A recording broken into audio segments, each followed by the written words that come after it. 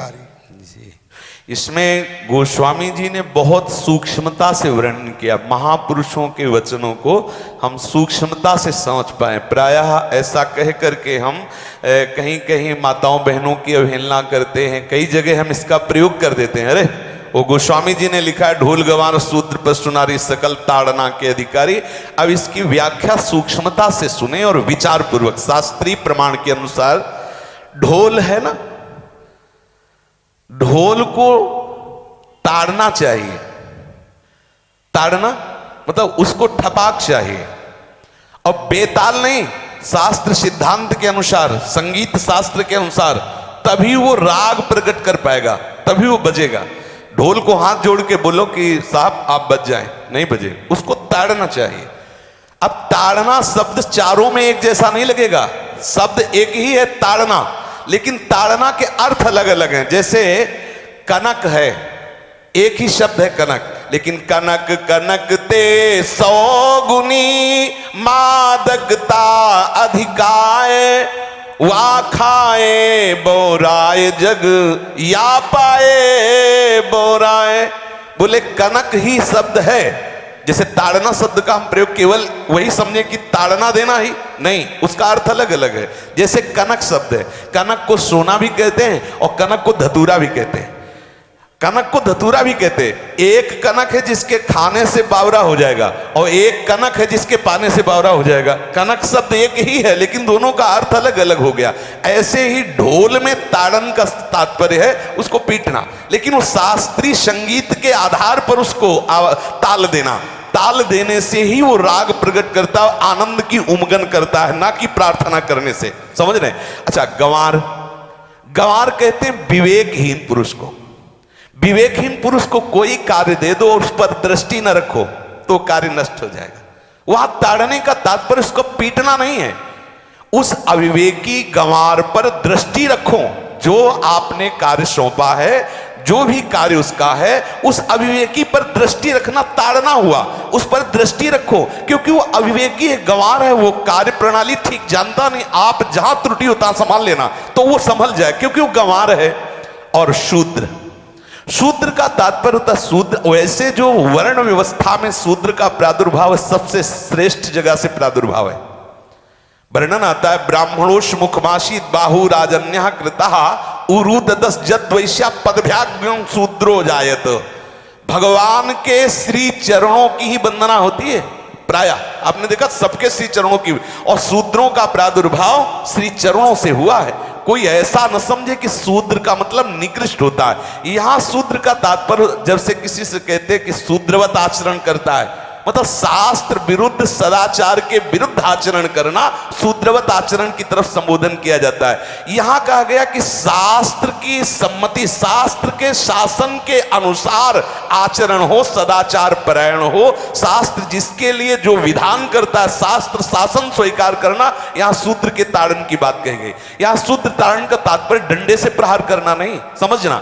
और जो चौथा कहा गया नारी, अगर स्त्री को हम ये कहें कि ताड़न से ही वो केवल काबू में रहती है, तो राष्ट्र में अपने प्रसिद्ध लक्ष्मीबाई जैसी कोई सामर्थ्यशाली वीरांगना, कोई वीरों सामने बड़े बड़े वीरों के दांत खट्टे कर दे, ऐसी बहादुर सिंघनी हुई, अंग्रेजों के दांत खट्टे कर दिए। अगर कोई समझे कि नारी केवल ताड़ने के लिए है तो उसकी मूर्खता है। पुरुष और नारी का समान प्रादुर्भाव हुआ है। भगवान ब्रह्मा के श्री अंग से दाहिनी तरफ से महाराज मनु और बाईं तरफ से उनकी पत्नी उनका प्रादुर्भाव हुआ शतरूपा। शतरूपा, अब आप बोलो, एक ही शक्ति के दो भाग हो गए, एक पुरुष रूप धारण कर लिया, एक नारी रूप धारण कर लिया। अब यहां विचार जो है कि उस नारी के ऊपर ताड़न शब्द का क्या प्रयोग है। जैसे आप मार्ग में चले जा रहे हैं और आपने दृष्टि चूक कर दी और नारी आपकी स्त्री पीछे चल रही, तो कोई हमला कर सकता है, क्योंकि वो रत्न है। 14 रत्नों में एक रत्न स्त्री रत्न भी है।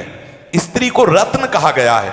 भगवान श्री राम जब वनवास में जा रहे हैं तो सिया जी को आगे नाव में जब चढ़ाना होता तो पहले सिया जी को चढ़ा, सीए चढ़ाई चढ़े रघुराई, पहले आगे। दृष्टि रखो, दृष्टि चूक गई तो रत्न है। यहां दृष्टि रखना, शासन मतलब उसको पिटाई करना नहीं, कि जैसे ढोल को पीटा जाता है ऐसे स्त्री को पीटा जाए, शूद्र को पीटा जाए तो गंवार को, ये व्याख्या नहीं है, ये मूर्खता है, इसे व्याख्या नहीं कहते। जैसे कनक शब्द के कई अर्थ होते हैं, ऐसे ही ताड़न शब्द का यहाँ अलग अलग प्रयोग है। स्त्री के ऊपर दृष्टि रखो। किस भाव की दृष्टि रखे? क्योंकि वो हमारे यहाँ रत्न की तरह है, कहीं कोई ऐसा ना हो कि कुदृष्टि वाला कोई उस पर हमला कर दे। पाणी ग्रहण संस्कार में रक्षा का भी सूत्र बताया जाता है कि आपको अभी ये समर्पित है, आप इसकी रक्षा करें। हमारे शास्त्रीय सिद्धांत में देखो, कभी भी स्त्री को अकेला छोड़ने का सिद्धांत नहीं पाया गया। अगर शास्त्रीय सिद्धांत, बच्ची है तो माता पिता के शासन, थोड़ी बड़ी हुई तो भाई आदि के बीच में, और बड़ी हुई तो पति के, और बड़ी हुई तो पुत्रों के, मतलब एक सानिध्य का एक दृष्टि रखी गई है कि यदि आप अपनी दृष्टि में रखेंगे तो उसका अमंगल नहीं होगा, उसका हित नहीं होगा।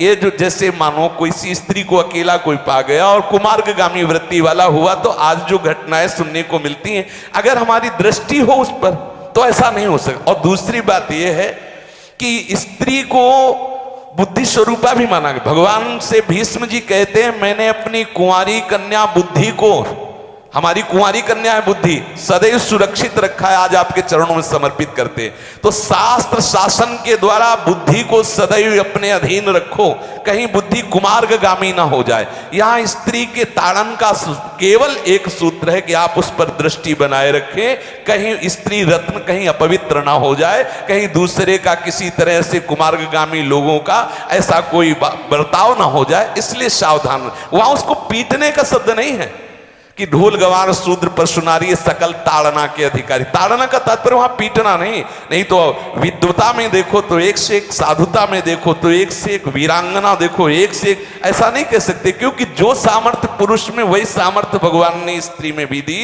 क्योंकि भगवान के ही दो रूप हैं, एक स्त्री और एक पुरुष, समझ रहे ना। तो इसमें एक ताड़न शब्द का कई अर्थ होता है। भगवान की साक्षात शक्ति स्त्री है। अगर कोई इस भाव से देखे कि स्त्री तो केवल ताड़ना, मतलब केवल गाली दे के बात करना, ऐसा नहीं। जिस घर में स्त्री का अपमान होता है उस घर का नाश हो जाता है, निश्चित हो जाता है। आप देखिए, रावण का सत्यानाश हो गया जगदम्बा सीता के प्रति, दुर्योधन का सत्यानाश हो गया द्रौपदी के प्रति। जहां स्त्री का अपमान हो जाए, अगर कोई ये समझे कि स्त्री केवल मतलब जैसा हम चाहें वैसा व्यवहार करे, तो अगर नाश ना हो जाए तो हमें बता देना, क्योंकि भगवान की वो शक्ति है। अगर उसे तुम सोचो कि हम ताड़न करें, जैसे ढोल को ताड़न करें ऐसे ताड़न करें, तो तुम्हारा नाश हो जाएगा। बिल्कुल सच्ची बात समझ लीजिए। केवल वहां दृष्टि रखने की बात कही गई है, आपका अधिकार है, आप उसकी सुरक्षा व्यवस्था में रहें। और एक वृत्ति होती है, अगर शासन ना हो तो हमारी बुद्धि भ्रष्ट हो जाए, हमारी बुद्धि भ्रष्ट हो जाए, आपकी बुद्धि भ्रष्ट हो जाए। भगवान का भय, शास्त्र का भय, लोक मर्यादा का भय, ये हमको सुरक्षित रखता है। इसलिए दृष्टि रखने की आवश्यकता है कि वो पवित्र रहे, वो सुरक्षित रहे, ना कि उसको पीटने के लिए यहाँ संबोधन किया गया गोस्वामी तुलसीदास जी ने। इसलिए सावधानी पूर्वक अपनी वृत्ति को पावन रखते हुए महापुरुषों के वचनों को समझने की चेष्टा की जाए। गोस्वामी जी ने जो यहाँ कहा, ढोल गवार शूद्र पशु नारी सकल ताड़ना के अधिकारी, तो ताड़ना का अलग अर्थ है, अलग अलग। जैसे ढोल में ताड़ना, तो वैसे ही सब जगह नहीं ताड़ना लगेगी। आप देखो, पशु जो है, चालक जो घुड़सवार होता है उसको ताड़ना एड़ी से देता है। अपने चालक जो होता है घुड़सवार एड़ी से, किसान जो होता है वो बैल को बोलता है दाहिने, जैसे हल जोतने होता है बाएं, वो भाषा समझता है, बाएं मुड़ जाए, और नहीं मुड़ता तो पीछे अरई है एक छड़ी, उससे वो इशारा देता है, वो समझ जाता है। पशु को अपने इशारे से चला लेते। अब उससे कहे, खड़ा होकर हाथ जोड़ के कहे कि भैया बैल देवता आप थोड़ा दाहिने मुड़ जाओ, तो नहीं मुड़ेगा। जब लगाम पकड़ी और थोड़ा ताड़न किया और बोले दाएं, तो फौरन दाहिने मुड़ गया। आप देखो, जो बैलगाड़ी चलाते हैं, घोड़ा गाड़ी चलाते हैं, ऊंट चलाते हैं, तो पशु शासन के द्वारा उसको इशारे से किधर चलना है उसको इशारा बता दो। अलग अलग जगह इस ताड़न शब्द का अर्थ प्रयोग किया गया है।